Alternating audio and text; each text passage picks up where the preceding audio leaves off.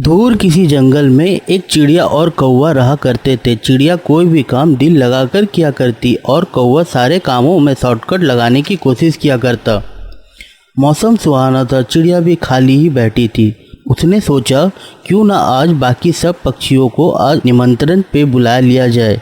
इससे सबको एक साथ बैठने का मौका भी मिल जाएगा और सब एक दूसरे से मिल भी लेंगे। क्या बनाऊं जो सब पक्षियों को बहुत पसंद आए? क्या दूं खाने में पक्षियों को जो सब मेरी परिभाषा करें? हाँ, ये ठीक है। मैं इस दफा पक्षियों के लिए बनाती हूँ खिचड़ी। सबको बहुत पसंद आएगी, लेकिन इसमें तो बहुत सारी चीजें पड़ती हैं। मैं अकेली ये सब कैसे करूँगी? क्यों ना कौवे को भी साथ मिला लूं। वो भी हर समय कहता है मुझे भी अपने निमंत्रण में शामिल किया करो। और ऐसा सोचकर चिड़िया कौवे के पास जाती है।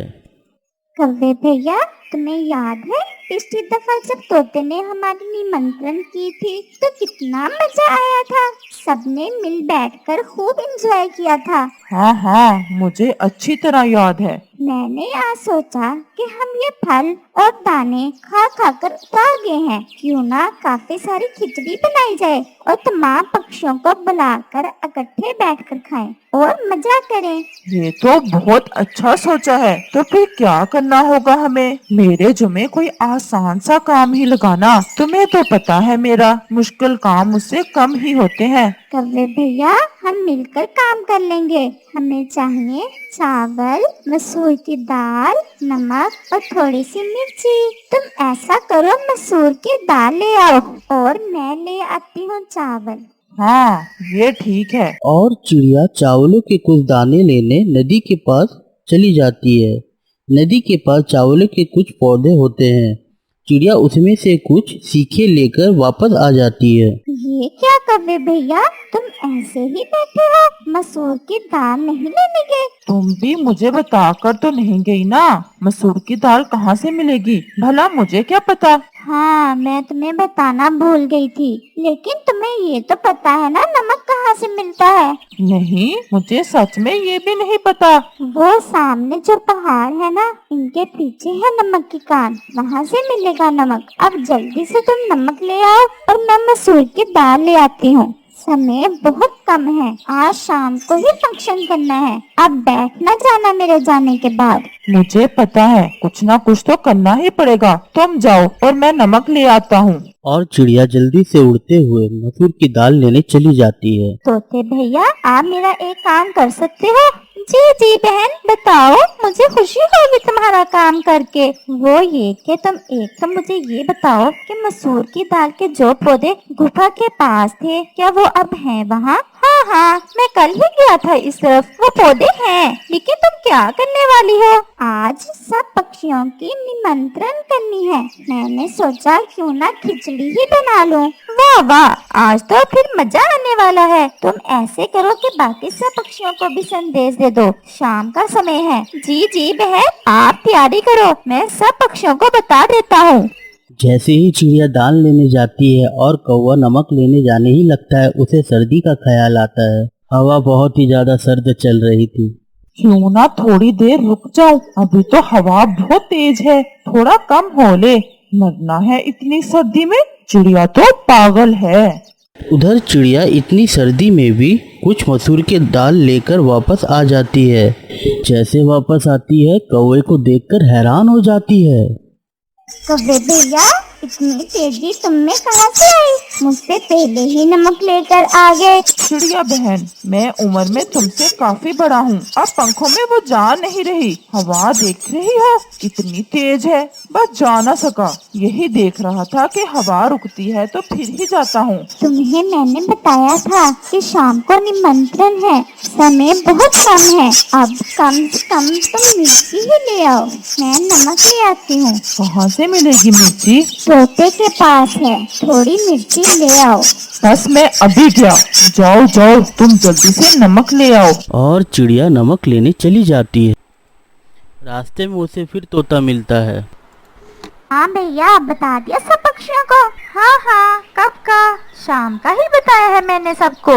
बस ठीक है, मैं अब नमक लेने जा रही हूँ पहाड़ों की तरफ। मेरे लिए कोई काम है तो बता दो। नहीं नहीं भैया, कौवा है मेरी मदद को, हम कर लेंगे शाम तक सब तैयारी। कौवा गया था तुम्हारी तरफ मिर्ची लेने, मिला नहीं तुम्हें? नहीं, अभी तक तो नहीं मिला, मैं घर में ही था।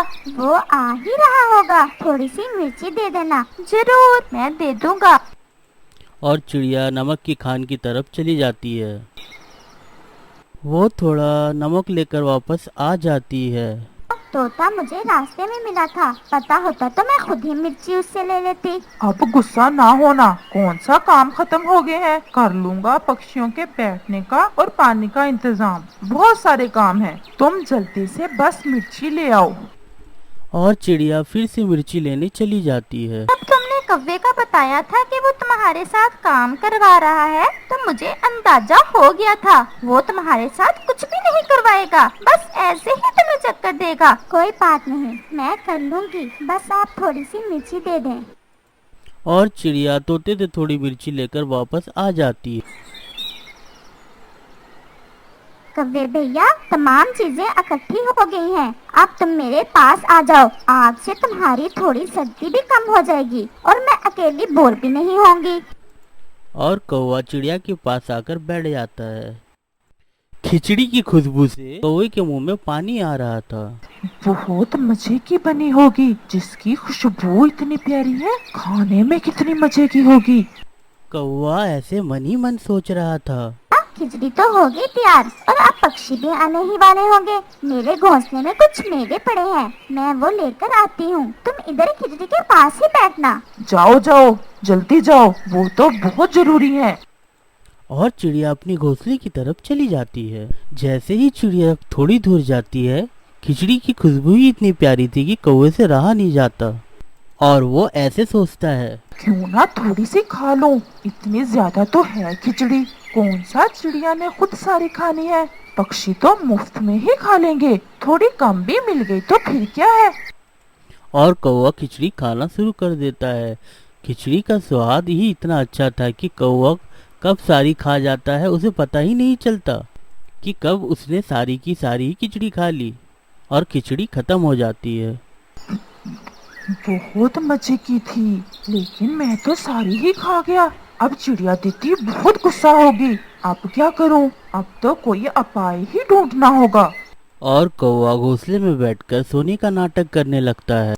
जैसे ही चिड़िया वापस आती है, कौवे को घोंसले में देखकर जल्दी से बोलती है, वे भाई, मैंने कहा था खिचड़ी के पास ही बैठना, तुम वहाँ बैठ भी ना सके और यहाँ सोए हुए हो। मुझे बहुत जोर की नींद आ रही थी, सोचा थोड़ा आराम कर लूं। शाम को पक्षियों को गाने भी तो सुनाने हैं ना। चलो मैं ये मेवे खिचड़ी में डाल दूं। तमाम पक्षी मुझे रास्ते में ही मिले हैं, वो आ रहे हैं। हाँ हाँ, डाल दो, बहुत गर्म है, जरा सावधानी से डालना। और चिड़िया जैसे ही खिचड़ी के पास जाती है, खिचड़ी को वहाँ ना देखकर बहुत हैरान हो जाती है। कौवे भैया, मैंने कहा था ना खिचड़ी के पास ही रहना, ये क्या हो गया? खिचड़ी तो है ही नहीं, कहीं तुमने तो नहीं खा ली? दीदी पागल हो गई हो, इतनी खिचड़ी भला मैं कैसे खा सकता हूँ? शायद कोई जंगली जानवर खा गया है, मैं तो सो गया था। अभी वो ये बातें कर ही रहे थे कि तभी वहाँ पे सारे पक्षी आ जाते हैं। आपका बहुत धन्यवाद, तोते ने हमें बताया है कि आज तो बहुत मजे की खिचड़ी बनाई है आपने हम सब के लिए। चिड़िया, आपको हमारे आने की खुशी नहीं हुई क्या? खामोश क्यों हो?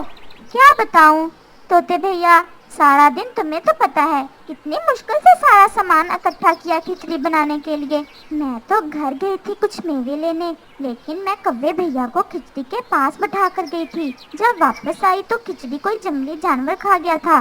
चलो कोई बात नहीं, तुम उदास ना होना, हम सब तुम्हारे अपने ही हैं।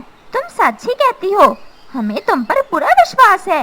हम फल ले आते हैं, लेकिन खाएंगे यहीं बैठकर, तुम परेशान ना होना। सब पक्षी बातें कर ही रहे थे, तभी कौवा उछलना शुरू कर देता है।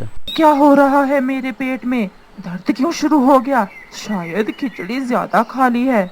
जब कौवे का दर्द बर्दाश्त से बाहर हो जाता है, तो कौवा जोर से चिल्लाता है। मुझे बचा लो, मेरे पेट में बहुत दर्द है। क्या हुआ कौवे भैया, आज तो तुमने कोई भी काम नहीं किया, फिर ये दर्द क्यों हो रहा है? तोते भैया तुम देखो और इसे कोई दवाई दो। हाँ बे कौवे, क्या खाया है आज, जल्दी से बताओ ताकि इस हिसाब से तुम्हें दवाई दूं। कुछ नहीं। दर्द ऐसे ही नहीं हो रहा, तुमने कुछ ना कुछ तो खाया ही होगा। अब जल्दी से बताओ ताकि मैं तुम्हारा इलाज शुरू कर सकूं। कौवा दर्द के मारे मर रहा था। एकदम से उसे बर्दाश्त नहीं हुआ और वो बोल बैठता है। बस खिचड़ी खा बैठा हूँ गलती से, प्लीज मुझे दवाई दे दो, मैं मर रहा हूँ। कौवे की ये बात सुनकर सारे पक्षी कौवे को देखकर हंसने लगते हैं और कौवा बहुत शर्मिंदा होता है। सारे पक्षी हंसते रहते हैं और ये कहते हैं, खिचड़ी किसने खाई? हमें इस कहानी से ये सीख मिलती है कि किसी ने सच ही कहा है, लालच बुरी